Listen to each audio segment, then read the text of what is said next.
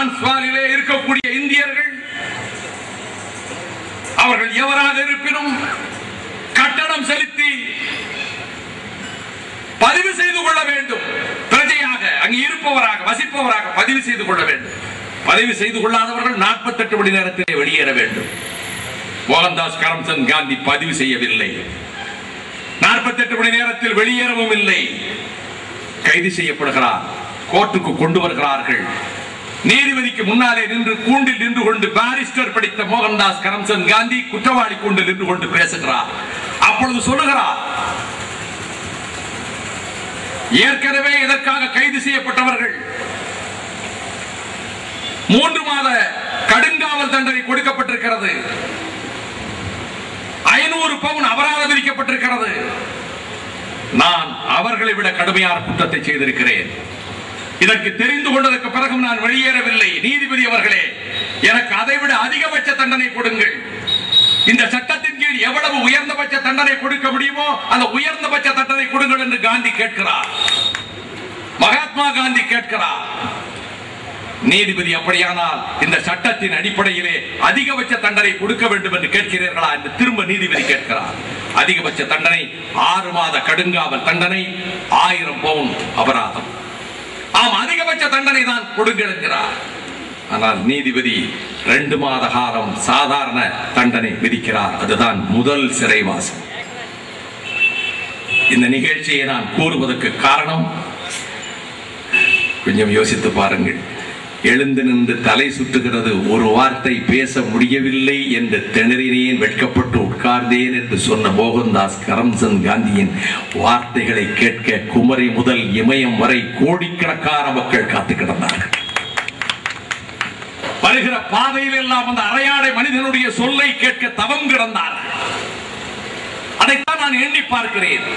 சத்திய சோதனையில் அவர் எழுதுகிறார், உள்ளத்திலே சத்தியம் இருந்தது. அந்த சத்தியத்தின் குரலை கேட்டார்கள். நீதிமன்றத்திலே பேச முடியாத மோகன்தாஸ் கரம்சந்த் காந்தியினுடைய குரல் நாடெங்கும் சத்தியத்தின் குரலாக ஒலித்தது. இப்படிப்பட்ட நிலையில் நீதிக்காக போராடுகிறவர்கள், உண்மை பேசுகிறவர்கள் எப்படி தண்டனைக்குள்ளாக்கப்படுகிறார்கள் என்றால், 17ஆம் நூற்றாண்டில் இந்த பூமி பந்தை பற்றி கோப்பர்னிக்கஸ் சொன்ன கருத்தை சொன்னவன் கலீலியோ. அவன் சொன்னான், சூரியன் பூமியை சுற்றவில்லை, கோள்கள் பூமியை சுற்றுகின்றன. சூரிய மைய கோட்பாடு இது கோப்பர்னிக்கஸ் தந்த கோட்பாடு. இந்த கோட்பாட்டை சொன்னால் தண்டனை என்றார். அப்பொழுது கத்தோலிக்க மதத்தினுடைய தலைமை பீடம் அப்படிப்பட்ட உத்தரவும் பிறப்பித்திருந்தது. ஆனால் கலீலியோ கவலைப்படாமல் சொன்னான். அவன் தண்டிக்கப்பட்டான். புதிதாக வந்த போப்பாண்டவர் இந்த கருத்தை சொல்லலாம் என்று கொடுத்தார். இருமண்டல கோட்பாடு என்ற நூலை எழுதினான்.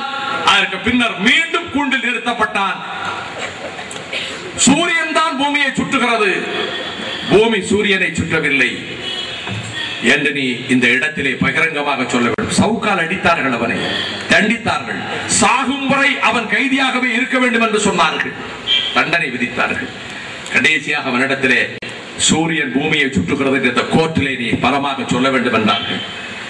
வேறு வழியின்றி சவுக்கடிப்பட்ட கலீலியோ, ஆம் சூரியன் பூமியை சுற்றுகிறது என்று பலத்த குரலில் சொல்லிவிட்டு மெல்லிதான குரலில் தன்னெஞ்சறிவது பொய்யற்க என்பதை போல தனக்குத்தானே, மகாபாரதத்திலே கூட சண்டையிலே ஜெயிப்பதற்கு பொய் சொன்ன தர்மன் தன்னைத்தானே ஏமாற்றிக் கொள்வதற்காக அஸ்வத்தாமா ஹதா குஞ்சரா என்று சொன்னதாக தெரிவிப்பார்களே, அதை போல தன்னைத்தானே அவன் திருப்திப்படுத்திக் கொள்வதற்காக, இல்லை இல்லை கோள்கள் தான் சூரியனை சுற்றுகின்றன என்று தனக்குத்தானே மெல்லிதாக சொல்லிக் கொண்டான்.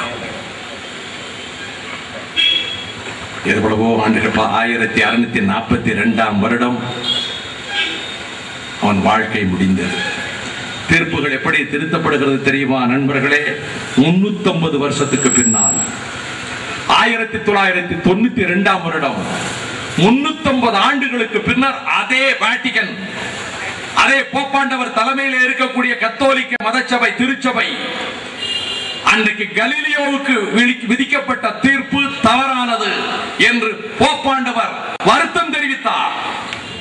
350 ஆண்டுகளுக்கு பிறகு அந்த நீதிமன்றத்தினுடைய தீர்ப்பு தவறானது என்று வருத்தம் தெரிவித்து, கலீலியோ சொன்னதுதான் உண்மை, கோப்பர்னிக்கஸ் தான் சரி. அரிஸ்டாட்டில் அதுவரை சொன்ன கருத்து ஏற்புடையதல்ல. அரிஸ்டாட்டிலுடைய கருத்து அழுத்தமான பொருள், கனமான பொருள் இந்த பூமியில் வந்து விழுகிற நேரம் குறைவு, மெல்லிதான பொருளை விட கனமான பொருளுக்கு வேகம் அதிகம் என்ற கருத்து தவறான கருத்து. அந்த கருத்து, அதனால் தான் கலீலியோவின் கருத்து தான் சரியான கருத்து என்று போப்பாண்டவர் அதற்கு பின்னாலே சொன்னார். இந்த நேரத்தில் இப்படிப்பட்ட செய்திகளை சொல்லுகிற வேளையில் இந்த நாட்டின் விடுதலைக்காக போராடியவன் கூண்டில் நிறுத்தப்பட்ட காட்சி தான் நினைவுக்கு வருகிறது. வரப்போகிறது அக்டோபர் 16. அங்கே ஒரு நீதிமன்றம் நடைபெற்ற இடம் நெடுஞ்சாலைக்கு அருகிலே, சாலை ஓரத்திலே நீதிமன்றம், நல்ல வெயில் நேரத்திலே, வெயில் வேளையிலே நீதிமன்றம். அமர்ந்திருந்தவர்கள் பாளையக்காரர்கள். கூண்டிலே கொண்டு வந்து நிறுத்தப்பட்டவன் பாஞ்சாலங்குறிச்சி மன்னன் வீரபாண்டிய கட்டபொம்மன். அவன் கைகளுக்கும் கால்களுக்கும் விலங்கிட்டு புதுக்கோட்டையிலே இருந்து கைகளுக்கும் கால்களுக்கும் விலங்கிட்டு கால்நடையாகவே அவனை கயத்தாறு வரையிலே கொண்டு போனார்கள். திருச்சியிலே போய் மேல்முறையீடு செய்யலாம் என்று களப்பூர்காட்டிலே இருந்தான், நம்பிக்கையோடு இருந்தான். புதுக்கோட்டை மன்னன் பாதுகாப்பான் என்ற நம்பிக்கையோடு இருந்தான் பாஞ்சாலங்குறிச்சி கட்டபொம்மன். அவனை இங்கே இருந்து கால்நடையாகவே அவரை ஊமத்துறையை கொண்டு போய் கயத்தாற்றிலே ஒரு மண்டபத்தில் அடைத்து வைத்தார்கள். பொழுது விடிந்தது.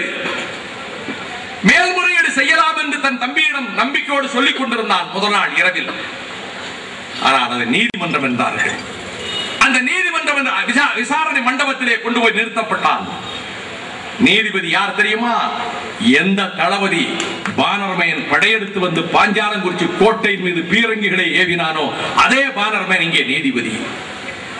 குற்றச்சாட்டுகள் வாசிக்கப்படுகின்றன ஆங்கிலத்தில். துவாஸ் ராமலிங்க முதலியார் அதை தமிழில் மொழிபெயர்த்து சொல்லுகிறார் கட்டபொம்மனுக்கு.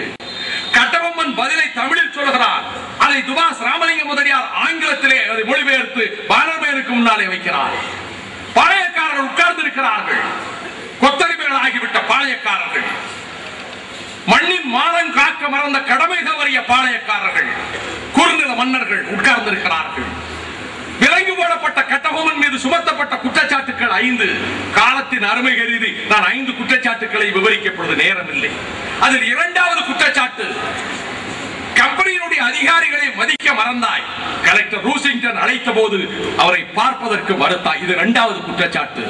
ஒவ்வொரு குற்றச்சாட்டுக்கும் பதில் சொல்லுகிறான் கட்டபொம்மன். அருமையான பதில்கள். இந்த 2வது குற்றச்சாட்டுக்கு பதில் சொல்லுகிறான். நான் கம்பெனியின் அதிகாரிகள் என்னை சந்திக்க வந்த போது நான் மதித்து நடந்திருக்கிறேன். பகைவர்களானாலும் நண்பர்களானாலும் மதிக்க கற்றுக்கொண்டவன் கட்டபொம்மன் என்பதைத்தான் இதுவரை நான் நிலைநாட்டி வந்திருக்கிறேன். ஆனால் திருநெல்வேலி ஜில்லா கலெக்டர் தாழ்வாரத்திலே காத்து கிடந்து பார்க்க வேண்டும் என்கின்ற நிலைமைக்கு கட்டபொம்மன் எடுபிடியும் அல்ல, வேலைக்காரனும் அல்ல, அதற்கு எனக்கு அவசியமும் அல்ல. இது பதில். 5வது குற்றச்சாட்டு, கம்பெனியினுடைய ராணுவ தளபதிகள் பலர் படுகொலை செய்யப்படுவதற்கு நீ காரணமாக இருந்தாய். கொலை குற்றச்சாட்டு. இதுக்குத்தான் மரண தண்டனை. அப்பொழுது அவன் பதில் சொல்கிறான்,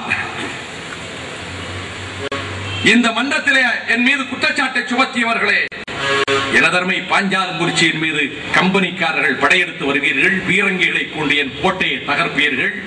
இதற்கு பிறகும் உங்களை வரவேற்று சரணடைவான் மானத்தை இழந்து கட்டபொம்மன் என்று எதிர்பார்த்தீர்களா?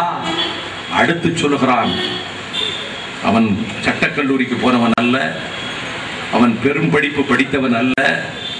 இந்த காலத்து படிப்பு அந்த காலத்திலே படித்தானா என்ற கேள்வி எழுப்பக்கூடாது. அவன் எந்த சர்வகலாசாலைக்கு போனான், எந்த ஜூரிஸ்ப்ரூடன்ஸ் படித்தான், எந்த லா காலேஜில் படித்தான், எந்த லாயர்ட்ட பிராக்டிஸ் பண்ணான்னு கேட்கக்கூடாது. அவன் கேட்கிறான். ரொம்ப அருமையான கேள்வி. இதே கேள்வியை தான் பிடல் காஸ்ட்ரோ கேட்கிறார். அதை கட்டபொம்மன் இங்கே கேட்கிறான். அவன் கேட்கிறான், இதுவரை சரித்திரம் இப்படிப்பட்ட விசித்திரமான காட்சியை பார்த்ததில்லை. என்னை படையெடுத்து அழிக்க வந்த ராணுவ தளபதியே இங்கே நீதிபதியாக உட்கார்ந்திருக்கின்ற கொடுமை ஆங்கிலேய சாம்ராஜ்யத்தின் உலகத்தில் எங்கேயும் நடக்காத கொடுமை. என் மீது படையெடுத்து வந்த ராணுவ தளபதி இங்கே நீதிபதியா? இந்த நாடகத்தை நடத்துங்கள், இஷ்டப்படி என்ன தீர்ப்பு வேண்டுமானாலும் கொடுங்கள்.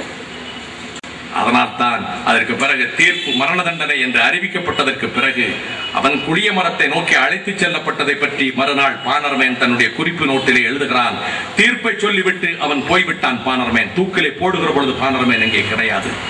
அவன் எழுதுகிறான், அவருடைய நாட்குறிப்பிலே எழுதுகிறான், அந்த இரவிலே எழுதுகிறான், கட்டபொம்மனை தூக்குமலைக்கு கொண்டு போனார்.